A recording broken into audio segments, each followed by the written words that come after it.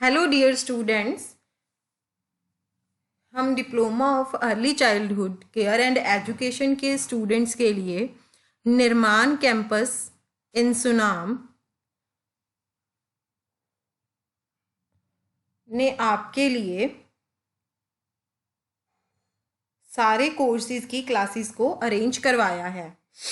जैसे कि हमारी सारी क्लासेस ये चल ही रही हैं, हम अभी जो आपका DECE 2 कोर्स है उसका हम यूनिट 3 पढ़ रहे थे अपनी लास्ट क्लास में। हम उसी को कंटिन्यू करते हैं। हमने अभी पढ़ना है health situation in India. Hindi manual जो है उसमें जो हिंदी मीडियम के बच्चे हैं वो 52 पेज नंबर पर आएंगे कि भारत में स्वास्थ्य की क्या स्थिति है। भारत में स्वास्थ्य की स्थिति को देखने के लिए हमें देखना पड़ेगा demographic profile, mortality rate, morbidity rate और कौन कौन सी सुविधाएं और कर्मचारियों की उपलब्धता है। सबसे पहले हम पढ़ेंगे डेमोग्राफिक प्रोफाइल, जिसको हम बोलते हैं जनानकीय प्रोफाइल। भारत जो है वो अपने संसार में दूसरा सबसे अधिक जनसंख्या वाला देश माना जाता है। जो बर्थ रेट है, आज की तारीख में जो बर्थ रेट है वो डेथ रेट से ज्यादा है। जो बर्थ की जो जन्म की दर है वो मृत्यु की दर से ज्यादा है, जबकि जो दोनों दरें हैं वो एक डिक्रीजिंग ट्रेंड हमें दिखा रही हैं कि इसका रेट जो है वो कम हो रहा है। पर तथ्य ये है कि जो जन्म की दर है वो उतनी कम नहीं हो रही है जितनी कि मृत्यु की दर कम हो रही है। और साथ साथ में क्या है, जनसंख्या भी लगातार बढ़ती ही जा रही है। हमारे देश में जो कि बच्चे 14 साल तक की उम्र के होते हैं, उनकी जो परसेंटेज है, उनकी जो प्रतिशतता है वो बहुत ज़्यादा है बाकी जो ऑलरेडी विकसित कंट्रीज हैं, देश हैं, उनके मुकाबले। टोटल जो हमारी कुल पॉपुलेशन है, कुल जनसंख्या है, उसका 35.3% है जो इंडिया के सेंसस 2011 के अनुसार। पर जो प्रोडक्टिव वर्क फोर्स की प्रपोर्शन है, प्रोडक्टिव वर्क फोर्स मतलब वो लोग जो काम में इन्वॉल्व है, एज ग्रुप कौन सा बताया है, 15 ईयर्स टू 64 ईयर्स, उन लोगों की जो पॉपुलेशन है वो कम है इन कंपैरिजन टू चिल्ड्रन। ठीक है, जो 0 to 4 ईयर्स की अकॉर्डिंगली थे। अब आगे इन्होंने कहा है कि अगर हम न्यूट्रिशन, हेल्थ और एजुकेशन के सेक्टर में अपना सही इनपुट दिखाएंगे, ठीक है, अपना सही निवेश किया जाएगा इन तीनों सेक्टर्स में, पोषण के सेक्टर में, सेहत के सेक्टर में और शिक्षा के सेक्टर में, तो जो हमारा इंडिया है वो थोड़े से ही जो आने वाले साल हैं उनमें एक बहुत शक्तिशाली नेशन, राष्ट्र बन जाएगा। क्यों बन जाएगा?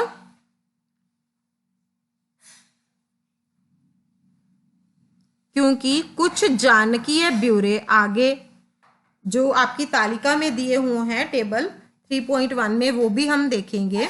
पर सबसे पहले कि ये ऐसे क्यों बन जाएगा अगर हम तीनों सेक्टर में निवेश करेंगे क्योंकि इसकी जो डेमोग्राफिक संपदा है, जो डेमोग्राफिक असेट है, अर्थात बच्चों की ऊंची संख्या के कारण भारत आगामी वर्षों में एक सशक्त राष्ट्र के रूप में उभर सकता है। अब आगे है कि डेमोग्राफिक डिटेल्स क्या हैं। ये जो NFHS 4 सर्वे है वो नेशनल फैमिली हेल्थ सर्वे है 4 का। अब 5 भी आ गया है 2019 और 20 का सर्वे। उसमें ये बताया है कि जो टोटल पॉपुलेशन थी वो 2000 सेंसिस के अकॉर्डिंगली इतनी है। क्रूड बर्थ रेट इतना है, डेथ रेट इतना है, इन्फेंट मोर्टेलिटी रेट इतना है और NFH सर्वे में इतना बताया गया है। अंडर 5 मोर्टेलिटी रेट कितना है 55 और NFHS में के अकॉर्डिंगली कितना है 50। ये जो आपको बताया गया है सारा वो 1000 पॉपुलेशन के पीछे है। लिटरेसी रेट मेल्स में कितना है 81.14 और 85.57। ओके, लिटरेसी रेट जो है वो सबसे ज्यादा अपने पंजाब में किसका है, होशियारपुर का, और सबसे कम किसका है, मानसा डिस्ट्रिक्ट का। लिटरेसी रेट फीमेल्स में 74.04 और NFHS सर्वे के अकॉर्डिंगली 68.4। पॉपुलेशन डेंसिटी पर स्क्वायर किलोमीटर के बीच में 382 है, NFHS सर्वे में इसका जिक्र नहीं किया हुआ। पॉपुलेशन बिलो 17 ईयर्स 29.5% है और 2015-16 में 28.6। पॉपुलेशन जो 60 साल से ऊपर की है वो है 8% और इसमें इसका जिक्र नहीं है। Mean age at effective marriage for females 21.2। Total fertility rate जो है चिल्ड्रन पर वुमेन 2.5 है और NFHS के अकॉर्डिंगली 2.2 है। सेक्स रेशियो सेंसिस 2011 के अकॉर्डिंगली 943 है और NFHS 4 के अकॉर्डिंगली 991 है। आगे है मोर्टेलिटी रेट। मोर्टेलिटी रेट यानी कि मोर्टेलिटी प्रोफाइल यानी कि मृत्यु की प्रोफाइल। कहते कि जो हमारे भारत की मृत्यु की प्रोफाइल है वो पिछले से थोड़े दशकों में उसमें काफी ज्यादा परिवर्तन हुआ है, काफी बड़ा भारा परिवर्तन उसमें हुआ है। जो health for all by 2000 AD का गोल है, इस गोल के साथ किसके ऊपर ज्यादा ध्यान दिया गया, maternal and child health care के ऊपर ध्यान दिया गया। जो वो ध्यान दिया गया उसके साथ क्या हुआ कि जो चाइल्डहुड मोर्टेलिटी और मॉर्बिडिटी थी उसमें डिक्लाइन भी हुआ। ठीक है, जो मृत्यु और रोगाणुत दर था उसमें कमी आई। स्पेशली किसमें कमी आई, इन्फेंट मोर्टेलिटी रेट में, जो कि बच्चों की मृत्यु दर में, शिशु जो होते हैं उनकी मृत्यु दर में कमी आई। जो इन्फेंट मोर्टेलिटी रेट है, जो शिशु की मृत्यु दर है, वो 2011 में 44 तक आ गई थी, जाने कि वो गिर गई थी। ठीक है, और पूरे इंडिया में केरला ने सबसे लोएस्ट फिगर दिखाई थी जो कि 12 थी। ठीक है, और जो लाइफ एक्सपेक्टेंसी है बर्थ के टाइम पर उसने भी काफी सालों से प्रोग्रेस दिखानी शुरू की है। फिगर्स जैसे कि 2016 में कितनी थी life expectancy, 69 years, 67.09 years for mails and 70 years for females. और जो चाइल्डहुड है, जो कि बच्चे हैं, उनमें जो डेथ रेट है, ठीक है, किन चीज़ों की वजह से, काफ़ी सारे डिजीजेस हैं जैसे कि डायरिया, मीजल्स और नियोनेटल टेटनस के कारण जो बच्चों में डेथ होती थी उसमें भी कमी आई है। नेक्स्ट है morbidity profile. Morbidity profile means रोगाणुता प्रोफाइल। जो भारत में लाइफ एक्सपेक्टेंसी है कि एक इंसान कितना जिएगा, ठीक है, उसमें इंक्रीमेंट हुआ है। ठीक है, उसमें वृद्धि हुई है। उसमें वृद्धि होने के कारण क्या है, जो क्रॉनिक डिजीजेस हैं उनका भी बर्डन जो है वो बढ़ गया है। ठीक है ना, एक तो क्रॉनिक डिजीजेस का वो बढ़ गया है बर्डन, और साथ में क्या बढ़ गया है कि वृद्ध लोगों की संख्या में भी वृद्धि हुई है।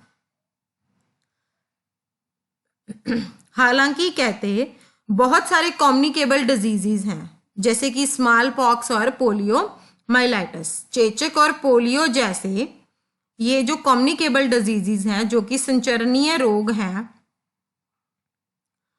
उन पर नियंत्रण पा लिया गया है।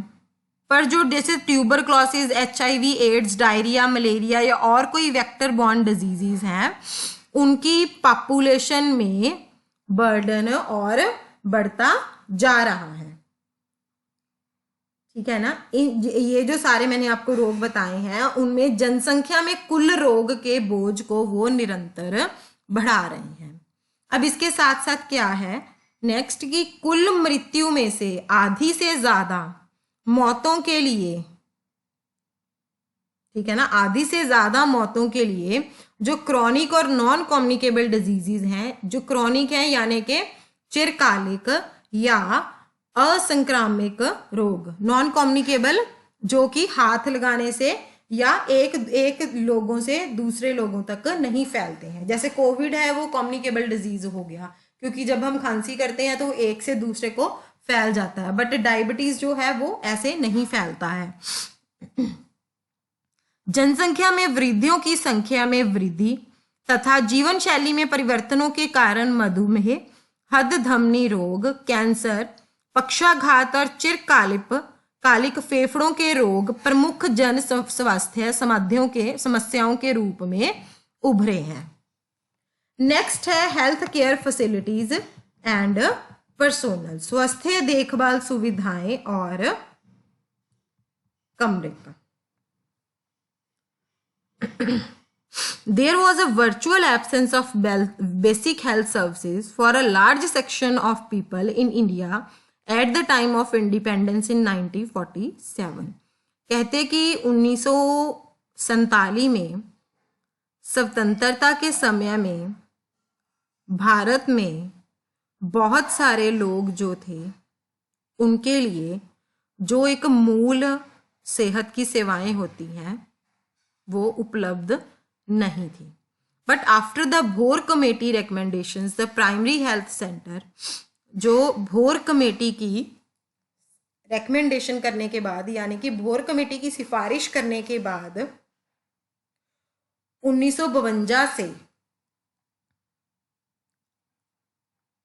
सिस्टेमैटिक वे से, यानी कि क्रमबद्ध तरीके से प्राइमरी हेल्थ सेंटर और सब सेंटर बना दिए गए थे।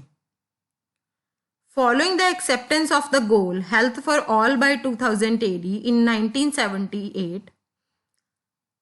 1978 में क्या हुआ था कि ये जो हेल्थ फॉर ऑल का गोल था, इसको फॉलो करते हुए, इसको एक्सेप्ट करते हुए जो ministry of health and family welfare था, यानी कि जो मंत्रालय था फैमिली एंड हेल्थ वेलफेयर का, उन्होंने एक नेशनल हेल्थ पॉलिसी बनाई थी 1983 में। And the health infrastructure expanded tremendously to fulfil the objectives. और जो भी कोई हेल्थ इंफ्रास्ट्रक्चर उसमें टाइम बनाया गया था, उसमें उसको एक्सपेंड कर दिया गया था ताकि जो सारे ऑब्जेक्टिव्स हैं उनको फुलफिल किया जा सके। वर्तमान में क्या है, जो प्राइमरी हेल्थ सेंटर्स हैं,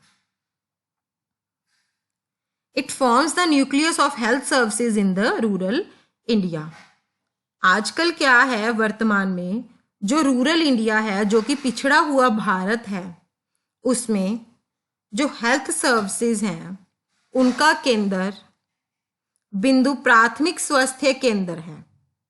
ठीक है ना। The details of health infrastructure and referral services are discussed later in the unit. Besides the primary health care delivery system, the public sector also has a number of schemes to provide health care to its employees. कहते कि primary health care delivery system की बजाय, मतलब उसके एक तो primary health care बन गए है ना, एक जो ये लोग और इन्होंने क्या प्रोवाइड किया, प्राइमरी हेल्थ केयर वालों ने जो पब्लिक सेक्टर है उसमें स्कीम्स बना दी उन्होंने, ताकि जो उनके एम्प्लॉयज हैं उनको भी हेल्थ केयर की सुविधा दी जाए। कौन कौन सी स्कीम है, CGSH central government health scheme और employees state insurance scheme. though the health manpower availability in India is better than in most of the developing nations। कहते हैं कि यद्यपि अन्य विकासशील देशों की तुलना में, ठीक है, इंडिया नहीं और भी जो विकासशील देश हैं उनकी तुलना में भारत में स्वास्थ्य के विभाग में अधिक जनशक्ति जो है वो कार्यरत है, परंतु फिर भी भारत अभी विकसित देशों के मुकाबले इस मामले में बहुत पीछे रह गया है। According to the national health profile of India 2018, there are about 10.4 lakh registered doctors in the allopathic system. कहते हैं कि जो नेशनल हेल्थ प्रोफाइल है इंडिया का, जो कि 2018 में था, उसमें एलोपैथिक सिस्टम में कितने रजिस्टर्ड डॉक्टर्स हैं? 10.4 लाख। और आयुष के अंडर कितने डॉक्टर्स हैं रजिस्टर्ड? 7.73। ये जो प्रैक्टिशनर्स होते हैं जो ट्रेडिशनल सिस्टम के को बिलोंग करते हैं, जैसे कि Ayurvedic medicine, Unani medicine, homeopathic and so on. और डेंटल सर्जन्स कितने हैं registered? 2.5 lakh up to December 2017। इसके साथ साथ नर्सेज कितनी है रजिस्टर्ड? 19.8 लाख। मिडवाइफ्स और नर्सेज कितनी रजिस्टर्ड है? 19.8 lakh. Trained auxiliary nurse midwives हैं 8.4 lakh and lady health visitors हैं 56,000। ये डाटा 2016 तक का अवेलेबल है। अब दिसंबर 2017 में क्या था? टोटल मेडिकल कॉलेजेस थे 476। 3215 इंस्टीट्यूट्स थे जिनमें ट्रेनिंग दी जाती थी जनरल नर्स मिडवाइफ्स को, और जो ANM है, जो ऑक्सिलरी नर्स मिडवाइफ्स हैं, उनके प्रशिक्षण के लिए 1853 और फार्मेसी की शिक्षा के लिए 70777 कॉलेजेस हैं। 2017 तक भारत में primary health centres, community health centres and sub centres की जो संख्या थी वो क्रमबद्ध 25,650, 5629 एंड 1.56 लाख थी। ये डाटा हमें नेशनल हेल्थ प्रोफाइल 2018 से मिला है। नेक्स्ट है health care services basic concepts. ठीक है, कहते कि देश में स्वास्थ्य की स्थिति और जनसंख्या की स्वास्थ्य देखभाल जरूरतों का पता लगाने के पश्चात अगला चरण ये है कि स्वास्थ्य देखभाल सेवाओं का वितरण करना। आइए अब ये जान लेते हैं कि लोगों को हम स्वास्थ्य देखभाल सेवाएं कैसे प्रदान करते हैं। हमारे देश में लोगों को स्वास्थ्य देखभाल सेवाएं किस प्रकार उपलब्ध कराई जाती हैं, यह जानने से पहले स्वास्थ्य देखभाल वितरण की बुनियादी संरचना को प्रभावित करने वाली कुल मूलभूत संकल्पनाओं को समझना बहुत जरूरी है। इस भाग में सबसे पहले हम स्वास्थ्य देखभाल के स्तर तथा स्वास्थ्य टीम की संकल्पना के अवगत होंगे। सन 2000 तक सभी के लिए स्वास्थ्य के लक्ष्य के तात्पर्य को जानेंगे तथा प्राथमिक स्वास्थ्य देखभाल के अर्थ को भी समझेंगे। पहले हम पढ़ेंगे कि स्वास्थ्य देखभाल का स्तर क्या है। Health care services are usually organised at 3 levels. ठीक है, जो अपनी सेहत की देखभाल करनी है, ठीक है, वो आमतौर तक 3 लेवल्स तक ऑर्गेनाइज हुई है, जैसे प्राइमरी, सेकेंडरी एंड टर्शरी, प्राथमिक, द्वितीयक एंड तृतीयक। और हर स्तर में जो पेशेंट्स हैं, जो ये पेशेंट्स होते हैं, अगर ज़रूरी हो तो उसको अगले स्तर की देखभाल सेवाएं के लिए रेफर किया जाता है। अब हम थोड़ा इनके बारे में डिटेल में जानेंगे। जो हमने 3 लेवल्स पढ़े हैं, primary care level, secondary care level and tertiary care level. सबसे पहले है primary care level. It is the first level of contact between the individual and health system where essential services are provided। कहते कि ये एक व्यक्ति और health system के बीच का संपर्क का पहला लेवल है, जहां बहुत सारी ज़रूरतों की सर्विसेज प्रोवाइड की जाती हैं। ये जो लेवल है केयर का, ये लोगों के बहुत नज़दीक होता है। अपने भारत के सिस्टम में क्या है, इसको हम कैसे रिप्रेजेंट करते हैं, सब सेंटर और प्राइमरी हेल्थ सेंटर भी कहा जाता है। A majority of prevailing health problems can be satisfactorily dealt with at this level। कहते कि इस लेवल पर बहुत सारी स्वास्थ्य समस्याओं का उपचार संतोषजनक रूप से होता है और preventive and health emergency health services are provided here. यहाँ पर एक तो आपातकालीन सेवाएं प्रदान की जाती हैं और एक जो कि प्रिवेंटिव हो यानी कि निरोधक हो, वो सर्विसेज यहाँ पर प्रोवाइड की जाती हैं। अब सेकेंडरी केयर लेवल है, इस लेवल में क्या क्या प्रोवाइड किया जाता है, क्यूरेटिव सर्विसेज और specialised facilities for complex problems.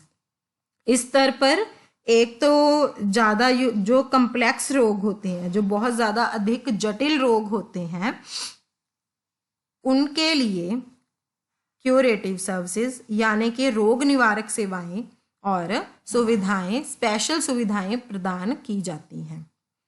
इसमें क्या आता है, कम्युनिटी हेल्थ सेंटर आते हैं और डिस्ट्रिक्ट के हॉस्पिटल्स आते हैं। पहले वाले में आते थे primary health centres and sub centres, दूसरे में आते हैं community health centres and district के hospitals. This level serves as the first referral level in the health system. कहते कि ये जो स्तर है वो स्वास्थ्य प्रणाली में पहला रेफरल यानी कि संदर्भ लेवल का काम करता है। नेक्स्ट है tertiary care level.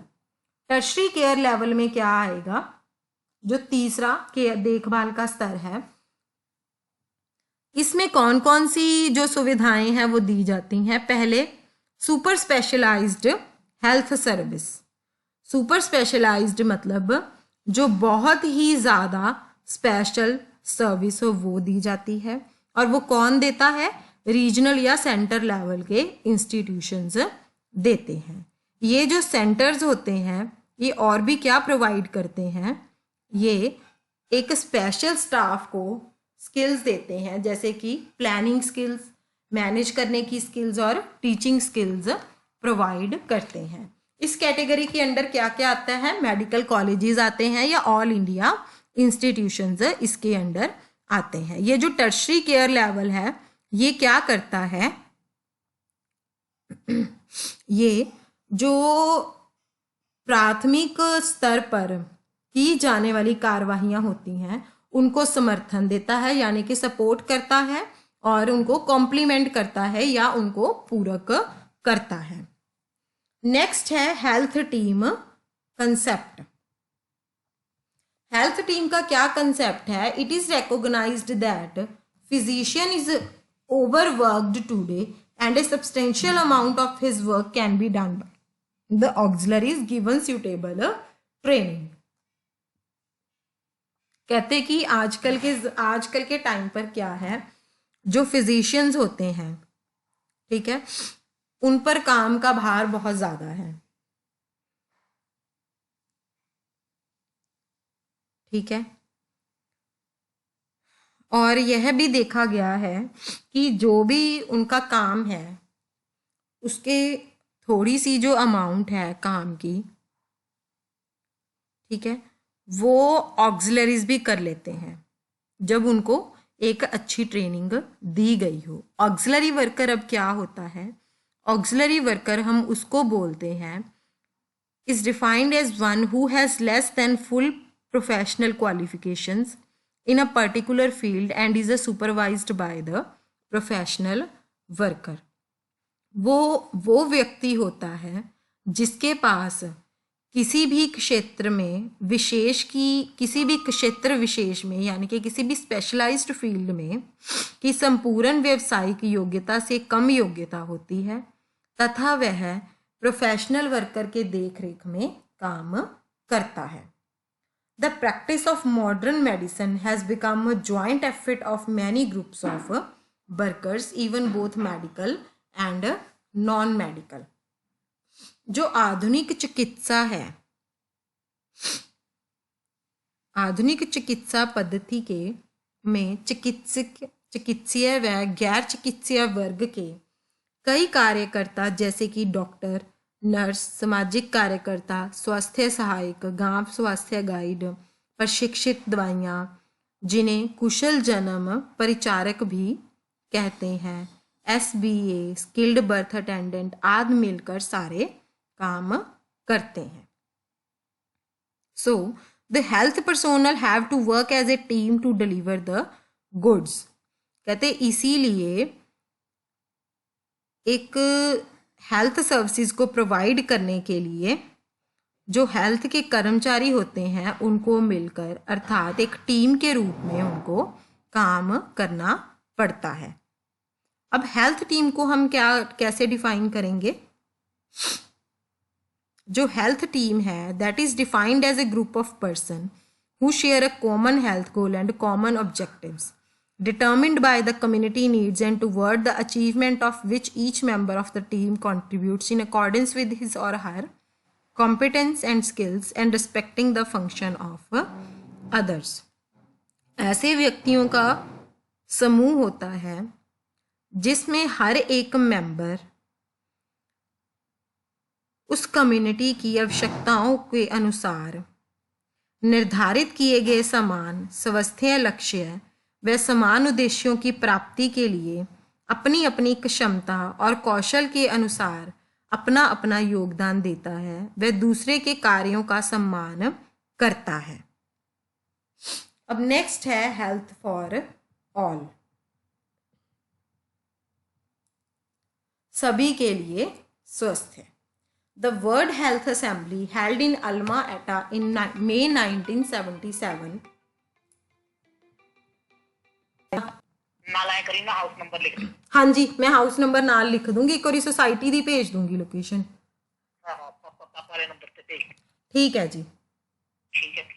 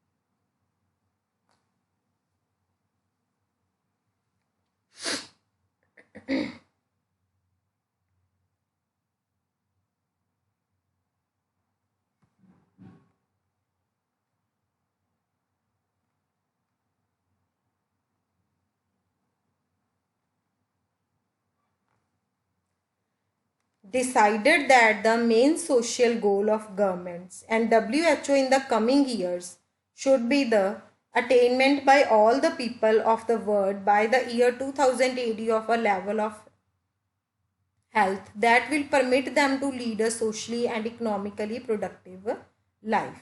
This goal has come to be popularly known as Health for All by 2000 AD. कहते कि मई 1977 में एक अल्मा आटा में आयोजित वर्ल्ड हेल्थ असेंबली यानी कि विश्व की स्वास्थ्य सभा में यह निर्णय लिया गया कि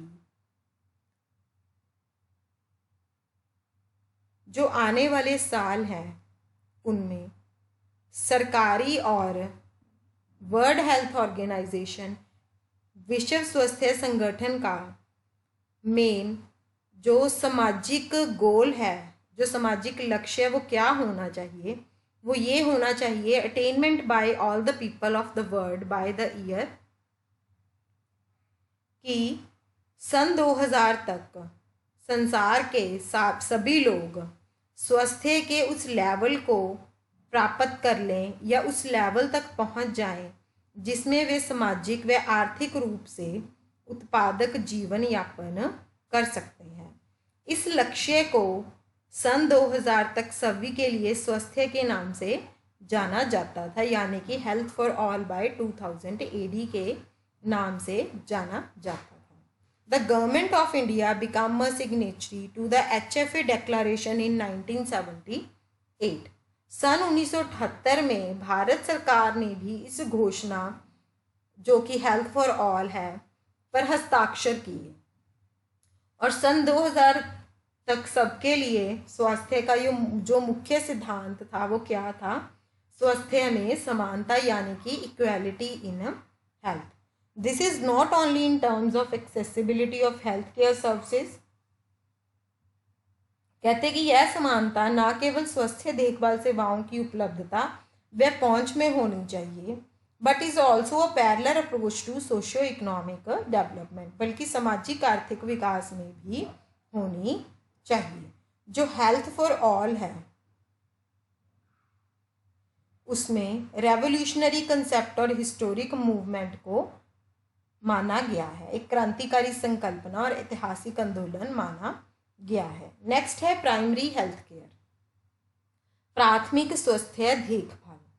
इसमें क्या है कि जो अल्मा आटा घोषणा होती है उसमें प्राथमिक जो प्राइमरी हेल्थ केयर है उनको किसी भी देश की स्वास्थ्य प्रणाली का केंद्र बिंदु बताया गया है, जिसके माध्यम से सभी को अनिवार्य स्वास्थ्य देखभाल उपलब्ध कराई जा रही है।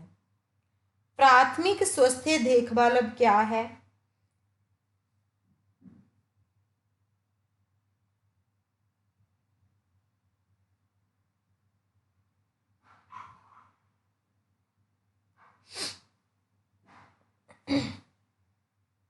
According to the declaration, primary health care is essential health care based on practical, scientifically sound and socially acceptable methods and technology made universally accessible to individuals and families in the community through their full participation and at a cost that the community and country can afford to maintain at every stage of their development in the spirit of self-reliance and self-determination।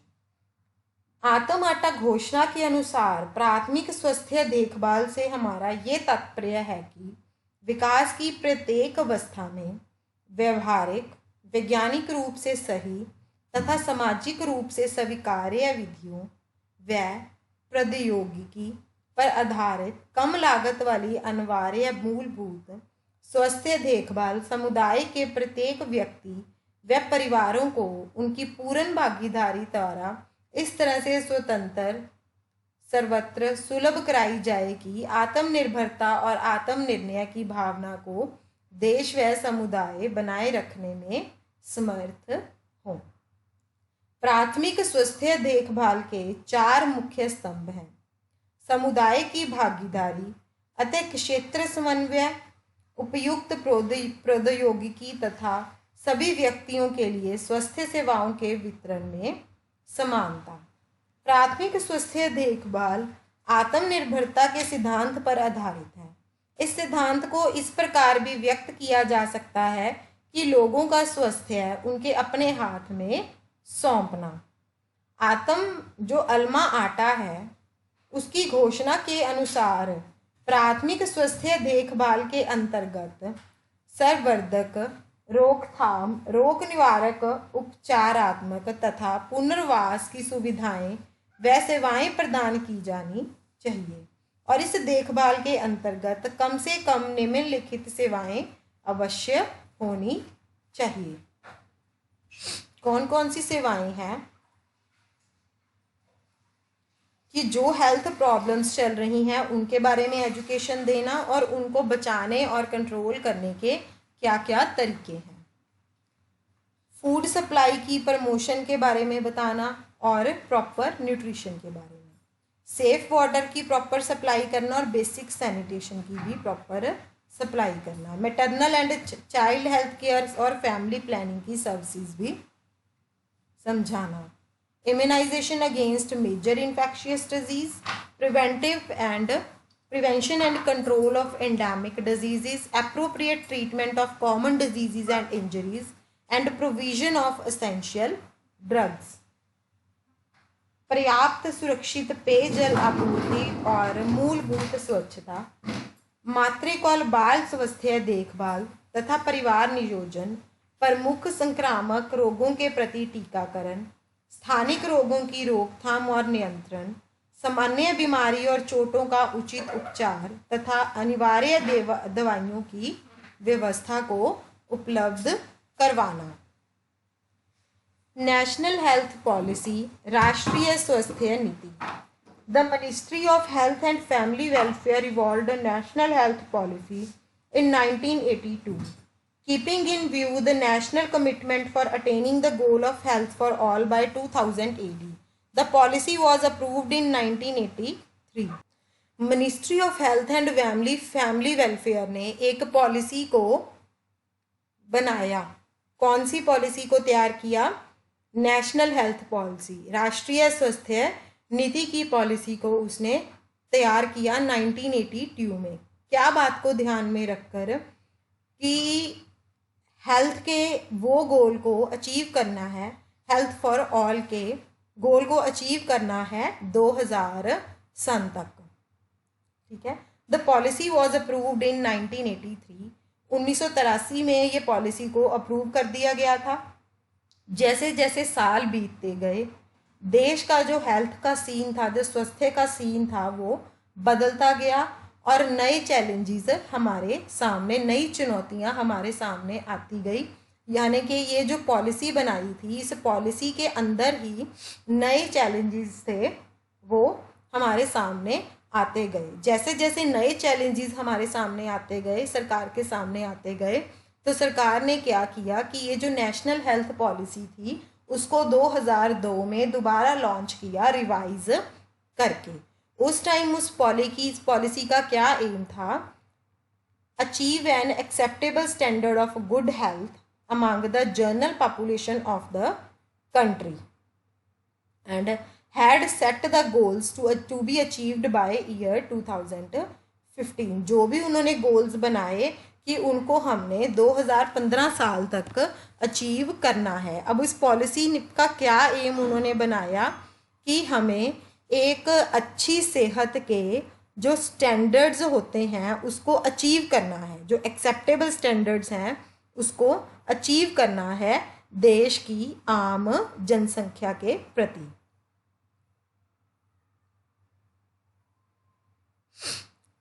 और उसके बाद क्या है, हर एक व्यक्ति के लिए जो हेल्थ की सेवाएं हैं, ठीक है, this policy envisaged a more equitable access to health services for everyone, कि हर एक व्यक्ति के लिए जो स्वास्थ्य की सेवाएं हैं वो एक ही तरह से सेम सबको मिले, ना किसी को ज़्यादा मिले और ना ही किसी को कम मिले। और इनका मेन फोकस किस चीज़ पे था? जो भी कोई बीमारियां हैं उनसे बचाना, या कोई भी हमने मुढ़ली कतार के जो क्यूरेटिव इनिशिएटिव्स हैं, जो कि बचाने के उन्होंने इनिशिएटिव स्टार्ट किए थे, वो मिल सकें at the primary health care level, जो फर्स्ट हेल्थ केयर का लेवल था। The major diseases which contribute to the disease burden such as tuberculosis, malaria, HIV AIDS were the primary focus. इस नीति के अंतर्गत तपेदिक, मलेरिया, HIV एड्स जैसे प्रमुख रोग पर भी प्रमुख फोकस है। इस नीति में एलोपैथिक पद्धति में औषधियों के तर्क संगत प्रयोग पर भी बल दिया गया है। ये जो पॉलिसी बनाई थी वर्ष 2005 में, 2007 में, 10 में और 15 में, इसमें क्या था कि इस नीति में जितने भी उद्देश्य बनाए गए थे उनको प्राप्त करने के लिए एक लक्ष्य को निर्धारित किया गया था। नेक्स्ट है कि चिकित्सा की देखभाल, प्रौद्योगिकी व देश की आर्थिक स्थिति में उन्नति के बावजूद भी जनसंख्या के विभिन्न वर्गों के स्तरों में अंतराल निरंतर बढ़ता जा रहा है। स्वास्थ्य के क्षेत्र में महत्वपूर्ण परिवर्तनों के कारण इस नीति का दोबारा से संशोधन करना पड़ा और 2017 में एक नई राष्ट्रीय स्वास्थ्य नीति विकसित की गई। और ये जो पॉलिसी थी जो बनाई थी, इसका क्या एम था? इसका एम था कि हर किसी को हेल्थ केयर प्रोवाइड करना ज़रूरी, अश्योर्ड मैनर में जाने के ज़रूरी प्रोवाइड करना, निश्चित रूप से हर किसी को प्रोवाइड करना।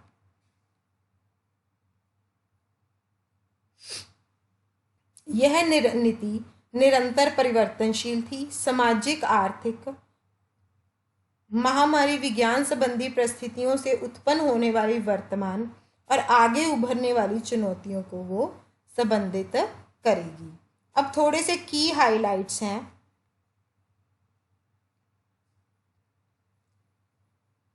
पहला की लाइट क्या है? बीमारी की रोकथाम तथा वेलबींग को प्रोत्साहित करके स्वास्थ्य सेवाओं का केंद्र बिंदु बीमार की देखभाल से स्वच्छता पर केंद्रित करना। दूसरा है जन स्वास्थ्य व्यय को धीरे धीरे बढ़ाकर कुल घरेलू उत्पाद यानी कि ग्रॉस डोमेस्टिक प्रोडक्ट का 2.5% तक करना। तीसरा है वित्तीय बाधाओं के बावजूद प्रत्येक व्यक्ति की गुणवत्तापूर्ण स्वास्थ्य सेवाओं और प्रौद्योगिकी तक पहुंच सुनिश्चित करके स्वास्थ्य प्रणालियों को सुदृढ़ बनाना।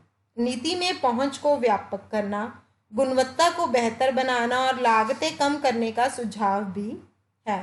इसमें सार्वजनिक अस्पतालों में निःशुल्क औषधियाँ, निःशुल्क निदान और निःशुल्क आपातकालीन व अनिवार्य स्वास्थ्य देखभाल सेवाओं के प्रस्ताव भी हैं। प्राथमिक स्वास्थ्य देखभाल पर ध्यान केंद्रित करने के लिए नीति में 2/3 संसाधनों को प्राथमिक देखभाल को आवंटित करने का समर्थन किया गया है। बहुमूल्य समय यानी कि चोट लगने के बाद के प्रथम 60 मिनट के भीतर स्वास्थ्य सेवाएं तक पहुंच सुनिश्चित करने के लिए प्रति 1000 जनसंख्या के लिए 2 बिस्तरों की सुविधा का प्रस्ताव भी दिया गया है। नेक्स्ट है पूर्व स्क्रीनिंग से गैर संरचनीय रोगों से होने वाली रोगाणुता और रोकने योग्य मृत्यु को कम करना है।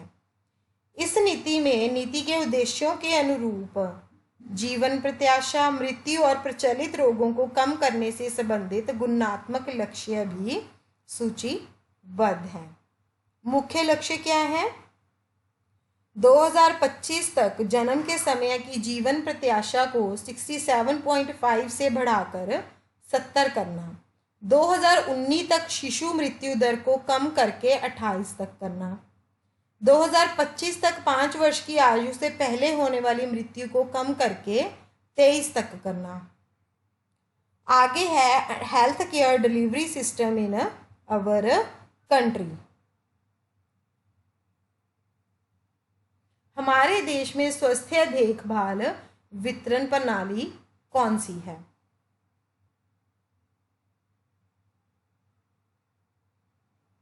Though primary health center is a new concept for the rest of the world, it is not a new for India.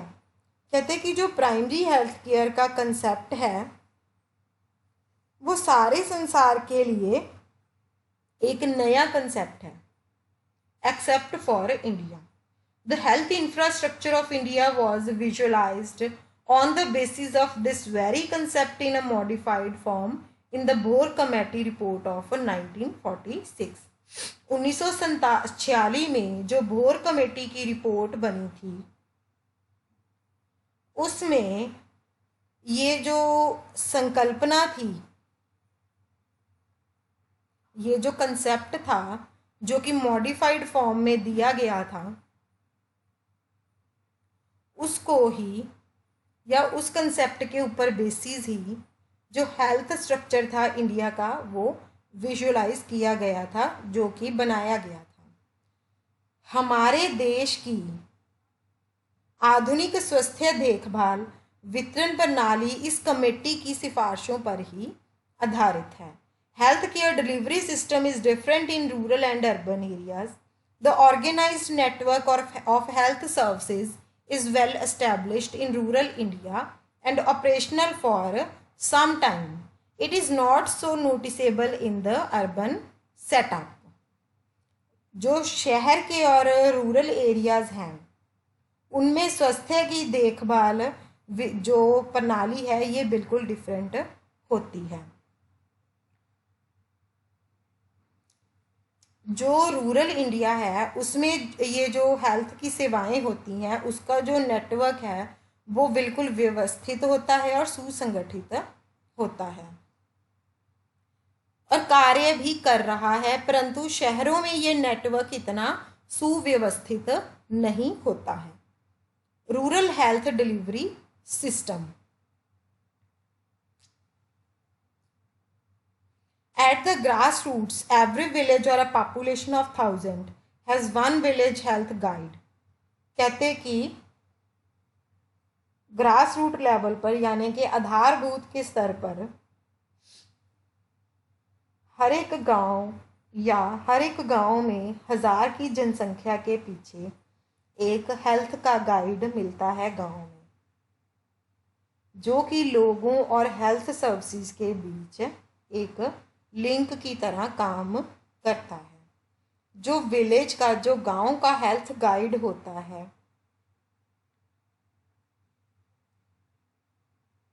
उसका क्या काम होता है? उसका काम होता है कि जो रोग हैं उनकी रोकथाम संबंधी तथा संवर्धक सेवाएं व सरल उपचारक सेवाएं प्रदान करने में स्वास्थ्य कर्मचारियों की सहायता करना। इसको there is also skilled birth attendant. कहते एक वहाँ पर SBA यानी कि स्किल्ड बर्थ अटेंडेंट की नियुक्ति भी की जाती है। जहाँ पर ICDS प्रोग्राम चल रहे हैं, integrated child development scheme programmes चल रहे हैं, वहाँ पर एक आंगनवाड़ी वर्कर भी हर 1000 की पॉपुलेशन के पीछे अपॉइंट किया जाता है। पर आजकल क्या है कि हर एक विलेज में एक जहाँ पर आंगनवाड़ी वर्कर्स काम करते हैं वहाँ पर आशा वर्कर्स भी होते हैं, एक्रीडेटेड सोशल हेल्थ एक्टिविस्ट भी होते हैं। जो फीमेल हेल्थ वर्कर्स होते हैं उनको हम ऑक्सिलरी नर्स मिडवाइफ बोलते हैं।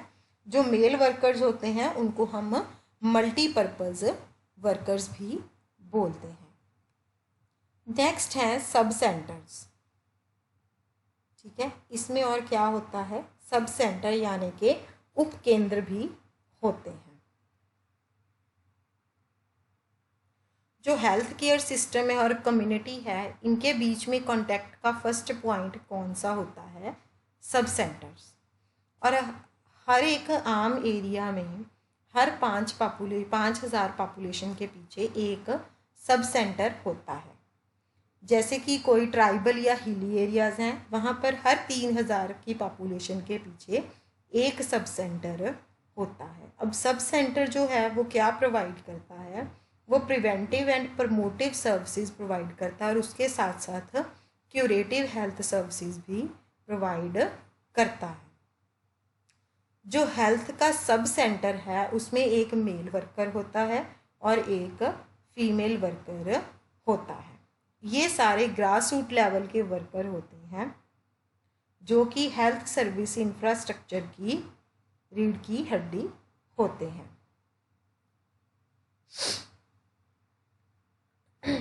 ये कार्यकर्ता संरचनीय रोगों के नियंत्रण, मातृत्व व बाल स्वास्थ्य तथा परिवार कल्याण के लिए संवर्धक, रोकथाम संबंधी तथा रोग निवारक सेवाएं प्रदान करते हैं।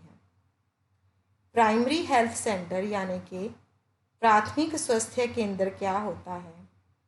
सामान्य क्षेत्रों में 30,000 की आबादी के लिए एक और कठिन दुर्गम या जनजातीय पहाड़ी क्षेत्रों में 20,000 की आबादी के लिए एक प्राथमिक स्वास्थ्य केंद्र का प्रावधान है।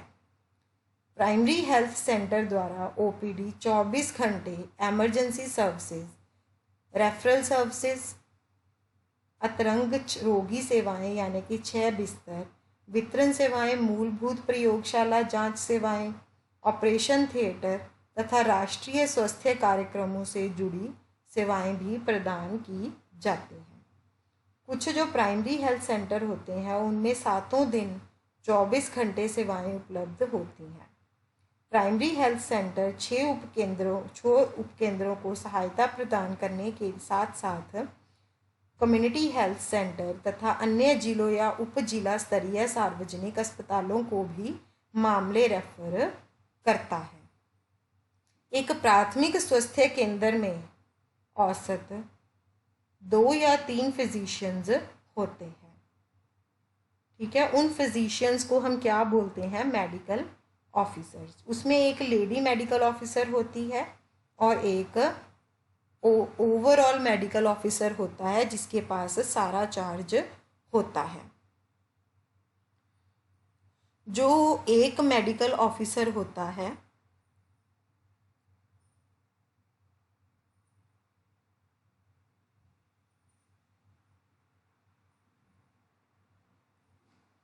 वो प्रभारी होता है।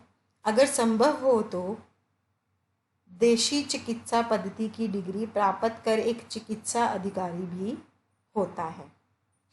इसके साथ साथ जो प्राइमरी हेल्थ सेंटर हैं उसमें एक मेल और एक फीमेल हेल्थ असिस्टेंट भी दिया जाता है। एक ब्लॉक एक्सटेंशन एजुकेटर यानी कि ब्लॉक विस्तार शिक्षक और एक प्रयोगशाला तकनीशियन भी दिया जाता है। एक सांख्यिकी सहायक भी दिया जाता है तथा एक बहुउद्देशीय कार्यकर्ता भी दिया जाता है और अन्य सहायक का स्टाफ भी होता है। 6 उपकेंद्रों के स्टाफ की देखरेख अथवा सहायता के लिए एक महिला और एक पुरुष स्वास्थ्य सहायक होते हैं। महिला स्वास्थ्य सहायक महिला स्वास्थ्य विजिटर कहलाती है। स्वास्थ्य सहायकों के पर्यवेक्षी संवर्ग उपकेंद्रों तथा स्वास्थ्य सेवाओं के अगले सोपान अर्थात प्राथमिक स्वास्थ्य केंद्रों के बीच कड़ी का कार्य करते हैं। नेक्स्ट है कम्युनिटी हेल्थ सेंटर। यह स्वास्थ्य देखभाल का एक द्वितीयक स्तर है जिसके अंतर्गत रेफरल तथा विशेषज्ञ स्वास्थ्य देखभाल प्रदान की जाती है। सामुदायिक स्वास्थ्य केंद्र 30 बिस्तर वाला अस्पताल होता है।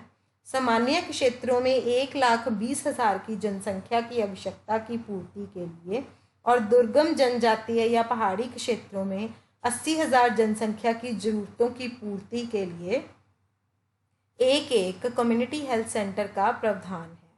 कम्युनिटी हेल्थ सेंटर सेवाओं में ओपीडी और आईपीडी में आयुष विशेषज्ञ, आंख का विशेषज्ञ, आपातकालीन सेवाएं, प्रयोगशाला जांच सेवाएं तथा राष्ट्रीय स्वास्थ्य कार्यक्रमों से जुड़ी सेवाएं प्रदान की जाती हैं। अधिकतर ये समुदाय देखभाल केंद्र समुदाय विकास खंड स्तर पर होते हैं जहां से आवश्यकता पड़ने पर रोगियों को जिला अस्पताल, चिकित्सा कॉलेजों में भेजा जा सकता है। ये जो फिगर 3.4 है इसमें पूरे तंत्र को दर्शाया गया है। सबसे पहले आ गया डिस्ट्रिक्ट हॉस्पिटल, जिला अस्पताल जो कि जिला स्तर पर होता है। नीचे से स्टार्ट करेंगे। सबसे पहले है जैसे कि विलेज हेल्थ गाइड्स और आंगनवाड़ी वर्कर्स। उसके बाद है नीचे village health guides, anganwadi workers, ASHA और एसबीए। फिर उसके बाद है village health guides, anganwadi workers, ASHA और SBA. Village health guides, anganwadi workers, ASHA और SBA. Village health guides, ASHA worker और आंगनवाड़ी वर्कर्स। ठीक है, ये सारे कहाँ होते हैं? Sub centre male and female health worker, ANM and MPW, जहाँ पर 3,000 से 5,000 की पॉपुलेशन होती है। ठीक है, जो सब सेंटर होते हैं उनमें कितनी पॉपुलेशन होती है? वहाँ प्राइमरी हेल्थ सेंटर होते हैं और पॉपुलेशन होती है 20 से 30,000। जहाँ प्राइमरी हेल्थ सेंटर होते हैं वहाँ पर कम्युनिटी हेल्थ सेंटर 80,000 से 12,000 पॉपुलेशन होती है। फिर आगे क्या होता है, डिस्ट्रिक्ट हॉस्पिटल होते हैं। उसके बाद है urban health delivery system. The urban areas are served by the respective authorities like, जो जहाँ अर्बन एरियाज़ हैं वहाँ पर कौन कौन सी अथॉरिटीज़ हैं जो ऑपरेट करती हैं, म्यूनसिपाल्टी या कॉरपोरेशन। आमतौर डिफरेंट जियोग्राफिकल एरियाज़ में जो हॉस्पिटल्स होते हैं वो लोकेलिटी की ज़रूरत के हिसाब से सारा कुछ सर्व करते हैं। ये क्यूरेटिव सर्विसेज प्रोवाइड करते हैं जो कि प्रिवेंटिव और प्रमोशन सर्विसेज भी अवेलेबल करते हैं। स्पेशल सर्विस डिलीवरी जो अर्बन एरियाज़ में होती है अंडर NHUM के अंडर, वो कौन कौन सी है, UPHSC, urban primary health centre और urban community health centre. Urban primary health centre में क्या है, जहाँ पर 50,000 पॉपुलेशन होती है वहाँ पर एक अर्बन प्राइमरी हेल्थ सेंटर होता है। वो कौन कौन सी सर्विसेज प्रोवाइड करते हैं, OPD क्लिनिक्स होता है, बेसिक लैब डायग्नोसिस होता है, ड्रग और कॉन्ट्रासेप्टिव डिस्पेंसिंग सर्विसेज होती हैं और हेल्थ एजुकेशन से रिलेटेड मटेरियल भी बांटते हैं और नेशनल हेल्थ प्रोग्राम को भी के बारे में भी बताते हैं। इसमें आउट रीच सर्विसेज भी वो लोग प्रोवाइड करते हैं ऑक्सिलरी नर्स मिडवाइफ्स के थ्रू। अगला है अर्बन कम्युनिटी हेल्थ सेंटर। ये उन प्लेसेस में होता है जहाँ पर 5 लाख से ज़्यादा पॉपुलेशन होती है। यहाँ पर इन पेशेंट सर्विसेज यानी कि अंतरंग रोगी सेवाएं प्रदान की जाती हैं। इसके अलावा NUHM कार्यक्रम के अंतर्गत 1000 से 2500 की आबादी के लिए एक आशा कार्यकर्ता नियुक्त की जाती है जो स्वास्थ्य सुविधाएं तथा समुदाय के बीच एक कड़ी का काम करती है। ये था आपका ब्लॉक 1 का यूनिट 3।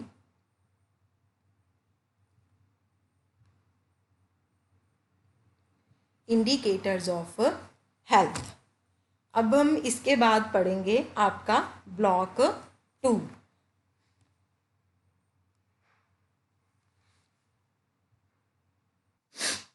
ब्लॉक 2 है basic concepts in nutrition. Hindi में है पोषण की मूलभूत संकल्पनाएं। इसमें यूनिट 4 से लेके यूनिट 8 तक है। पहले यूनिट 4 है the macronutrients carbohydrates and water, स्थूल पोषक तत्व कार्बोज और जल। पहले हम इसके बारे में पढ़ेंगे।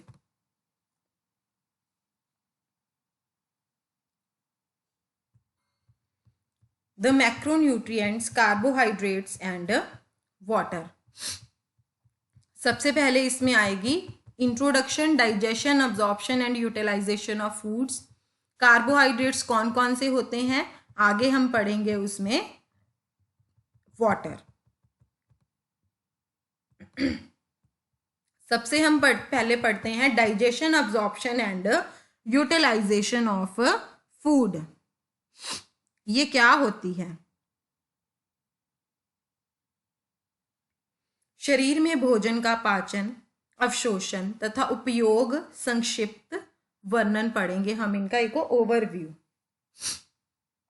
आप भोजन के पाचन तथा अवशोषण की प्रक्रिया से कुछ हद तक परिचित हैं। हम पहले भी इसके बारे में थोड़ा सा पढ़ चुके हैं कि डाइजेशन के प्रोसेस का क्या पर्पस है। पाचन क्रिया का मेन उद्देश्य है कि भोजन को सरल पदार्थों में परिवर्तित करना जिन्हें शरीर आसानी से अब्जॉर्ब कर अपना उनका उपयोग कर सके। पाचन प्रक्रिया के दौरान भारत के भोजन के कुछ पोषक तत्व जैसे कि कार्बोज, प्रोटीन तथा वसा इनमें परिवर्तित हो जाते हैं, जबकि भोजन के अन्य पोषक तत्व जैसे कि जल, खनिज लवण तथा विटामिन बिना किसी परिवर्तन के ही बॉडी में अब्जॉर्ब हो जाते हैं। पाचन और अवशोषण की प्रक्रिया शरीर की पाचन नली में होती है।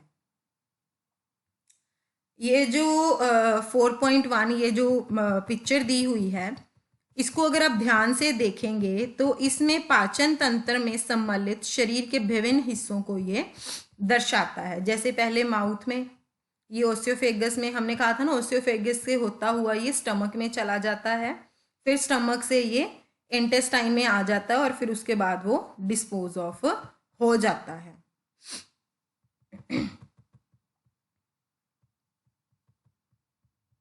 ये देखिए, पहले माउथ से ओसियोफेगस में जाता है, फिर ओसियोफेगस से स्टमक में, स्टमक से स्मॉल इंटेस्टाइन में, फिर लार्ज इंटेस्टाइन में, फिर रेक्टम में आता है और फिर एनस में आता है।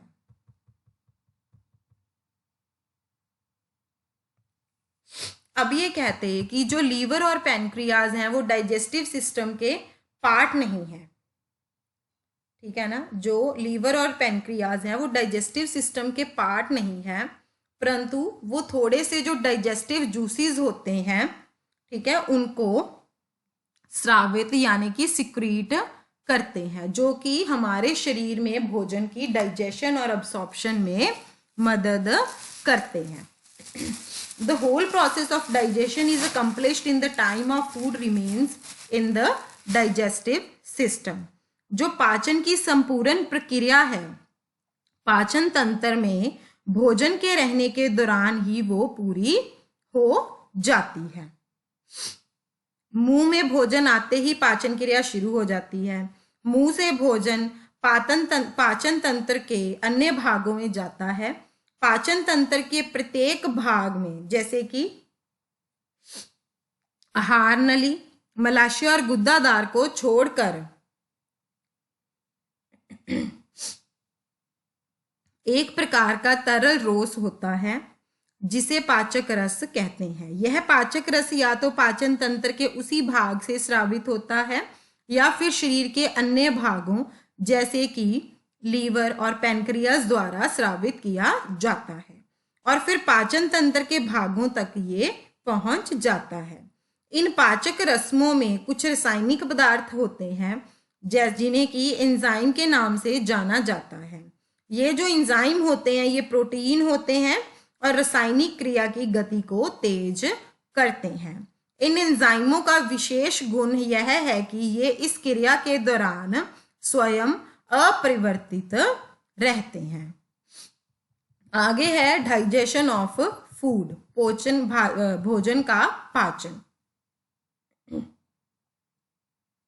इसको हम कई पार्ट्स में स्टेप बाय स्टेप समझेंगे। सबसे पहले है मुंह। जैसे कि हम सबको पता है कि पाचन प्रक्रिया मुंह से ही आरंभ होती है, जहां भोजन दांतों द्वारा चबाया जाता है और यह छोटे छोटे टुकड़ों में विभाजित हो जाता है। सॉरी, मुंह में यह टुकड़े सलाइवा में मिल जाते हैं और सलाइवा में पाया जाने वाला एंजाइम कार्बोज के पाचन में सहायक होता है। यह केवल पके हुए कार्बोजों पर ही प्रक्रिया करता है, जैसे कि स्टार्च, और इनको आंशिक रूप से पचाता है या सरल इकाइयों में परिवर्तित करता है। नेक्स्ट है आमाशय। जो सलाइवा होता है वो भोजन, मिश्रित भोजन मुंह में नलीनुमा संरचना, जिसे आहार नली कहते हैं, से होता हुआ आमाशय में पहुंचता है, जहां भोजन पाचक रस, जिसे गैस्ट्रिक जूस कहते हैं, उससे मिलकर पतले द्रव्य के रूप में परिवर्तित हो जाता है, जिसकी प्रकृति अम्लीय होती है। आमाशय रस में उपस्थित एंजाइम प्रोटीन पर क्रिया करता है, जिससे प्रोटीन का आंशिक पाचन हो जाता है, अर्थात प्रोटीन आंशिक रूप से सरल इकाइयों में परिवर्तित हो जाता है। भोजन के अन्य पोषक तत्वों में कोई रासायनिक परिवर्तन नहीं होता है। अगला है स्मॉल इंटेस्टाइन, छोटी आंत। पाचन नली का अगला चरण छोटी आंत है। आंशिक रूप से पचा भोजन आमाशय से छोटी आंत में आता है और यहाँ पाए जाने वाले पाचक रस, जिसे आंत रस कहते हैं, उसमें मिल जाता है। इसके अलावा छोटी आंत में अग्न्याशय तथा यकृत से भी रस स्रावित होता है, यानी कि लीवर और पैनक्रियाज से। लीवर से निकलने वाले रस को पित्त रस तथा पैनक्रियाज से निकल वाले रस को पैनक्रियाज जूस कहते हैं, पैनक्रियाटिक जूस कहते हैं। पित्त रस वसा के पाचन तथा अवशोषण में सहायक होता है, और जो पैनक्रियाटिक रस तथा आंत रस होता है उसमें उपस्थित एंजाइम वसा प्रोटीन तथा कार्बोज पर क्रिया करके उन्हें सरल पोषक इकाइयों के रूप में बदल देते हैं। इन सरल पोषक इकाइयों का शरीर में आसानी से अवशोषण हो जाता है और ये रक्त धारा में पहुंच जाती हैं। इसके बाद है लार्ज इंटेस्टाइन।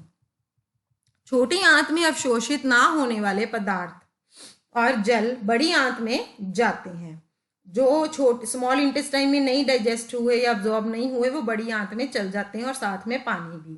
बड़ी आंत में अधिकांश जल पुनः अवशोषित कर लिया जाता है तथा बचा हुआ जल और ठोस पदार्थ मल के रूप में शरीर से बाहर निकाल दिए जाते हैं।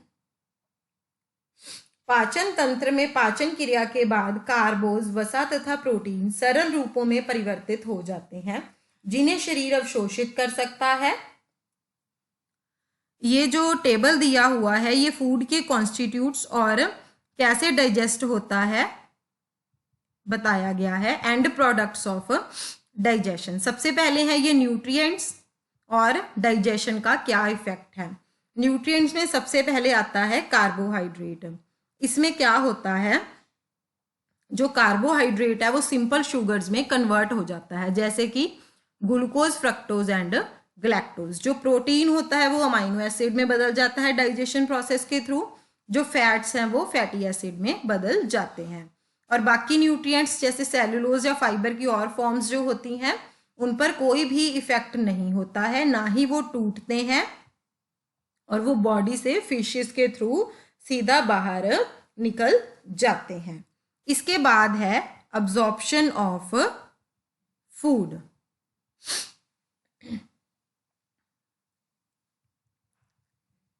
ये साथ में एक डायग्राम भी बनी हुई है डाइजेशन प्रोसेस का, जो वो दिया हुआ है। सबसे पहले हम पढ़ेंगे कि भोजन कहाँ अब्जॉर्ब होता है। जो भोजन है वो छोटी आंत में अब्जॉर्ब होता है, ठीक है, हमें इतना पता चल गया।